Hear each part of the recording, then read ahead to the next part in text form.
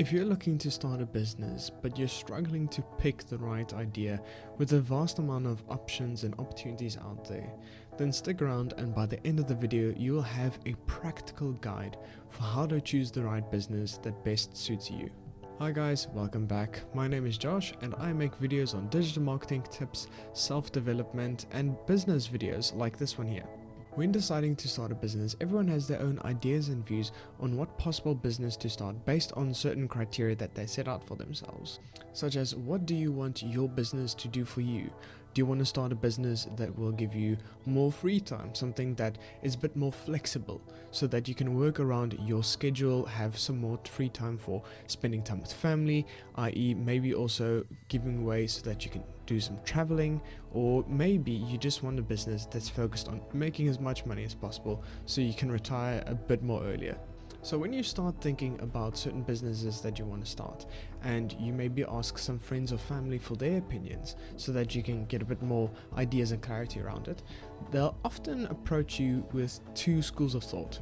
The one school of thought is pursue your passion and everything will work out in the end, it's fine.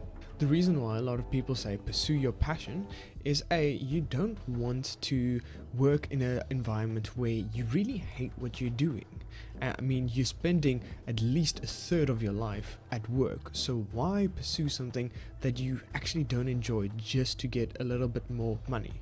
The other reason is, if you're doing something that you have a passion for and that you really enjoy, and if you spend more time on it and if you work harder at it and you actually enjoy it, you'll probably get better results than if you're working at a job or business that you don't enjoy. The second school of thought is basically just rejecting the first one by saying, don't focus on passions, focus on making as much money as possible so that you can buy the things that you really want, that will allow you to have the financial freedom to be able to pursue your hobbies afterwards and be able to give you that financial freedom to do what you want to do later on in life. The justification a lot of people give the second school of thought is that your passions will change over time.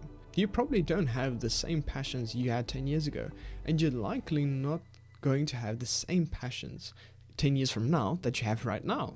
So making a business around your passion might be a little bit short-lived if your passion will change. So how do you pick the right business for you without endlessly scrolling through the internet looking at websites saying top 10 or top 20 new business ideas for 2022?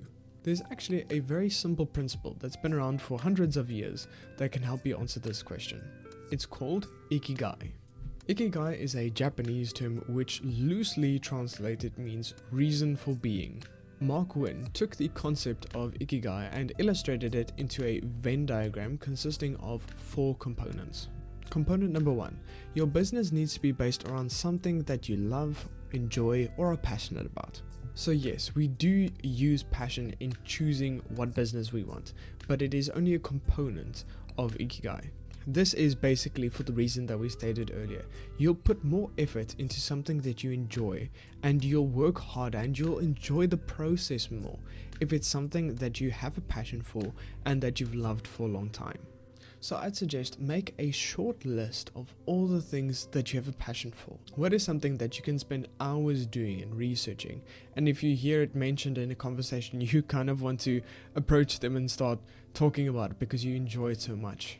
Try and give yourself a limit, maybe to only 10 items. And if you have 15, maybe try and scratch out 5 and see which are your deepest, strongest passions. I'd actually say maybe make it a little bit more, but start with 10 and then systematically let go of some. Also, for clarity's sake, try and see what passions you've had for years and years, because they're probably ones that are likely to stick with you. Second, your business needs to be based on something that the world needs. What does your product or service do, and who does your business actually serve? If there is no market demand for what you're offering, chances are you're not going to get a lot of customers, and obviously that means your business isn't really going to do very well. So that's why it's absolutely crucial before you start to do some market research and see Is there actually potential for this? Will this work? Is the market saturated for what you're offering or what product you're bringing? And what is or will be your unique selling point that makes you stand out from whoever else? It might be something small like your customer service is the best, or you make a little handwritten note with every product that you ship, but it needs to be something tangible and something that really will translate into customer satisfaction. Obviously, the better and bigger your unique selling point, the more likely you'll stand out from the competition. Thirdly, and this one's pretty obvious, your business needs to make you money. You obviously want to be rewarded for your efforts.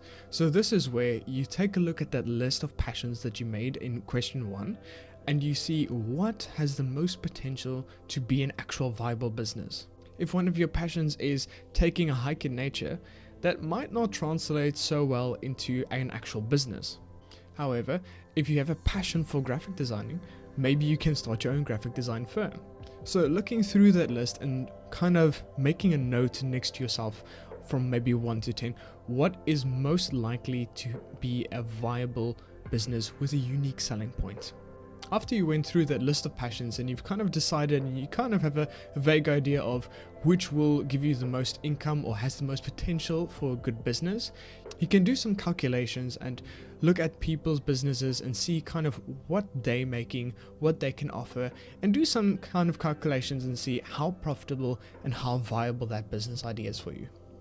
Fourthly, your business needs to be based on something that you're good at, or at least kind of competent in. You can't start a graphic design firm if all that you know is MS Paint. You have to be skilled in the area that you want to start your business in.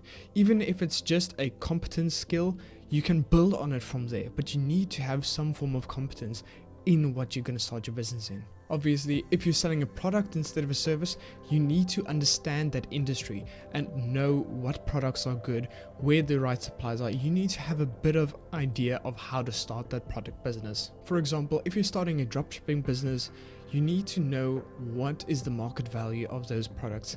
How can you sell it? You might need some marketing skills as well to know how you're going to sell it to people.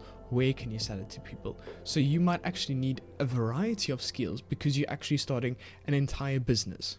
For example, if you're starting a dropshipping business, you kind of need to know what markup you can put on certain products. You need to have some basic marketing skills to know where and how to market your products. You might need to know some basic email marketing skills, order fulfillment skills, and a couple of other things that go into making a good, successful dropshipping business. So after taking these 4 steps, you have a much clearer idea of what business can work for you, and you might even have a small business plan already if you've done your market research. I hope this was useful and helpful to some of you. If you guys enjoyed that, please do let me know, and if there's any other videos you'd like me to make on business tips and stuff like this in the future, please let me know and leave a comment below. Thank you so much, and I'll see you in the next one. Bye bye.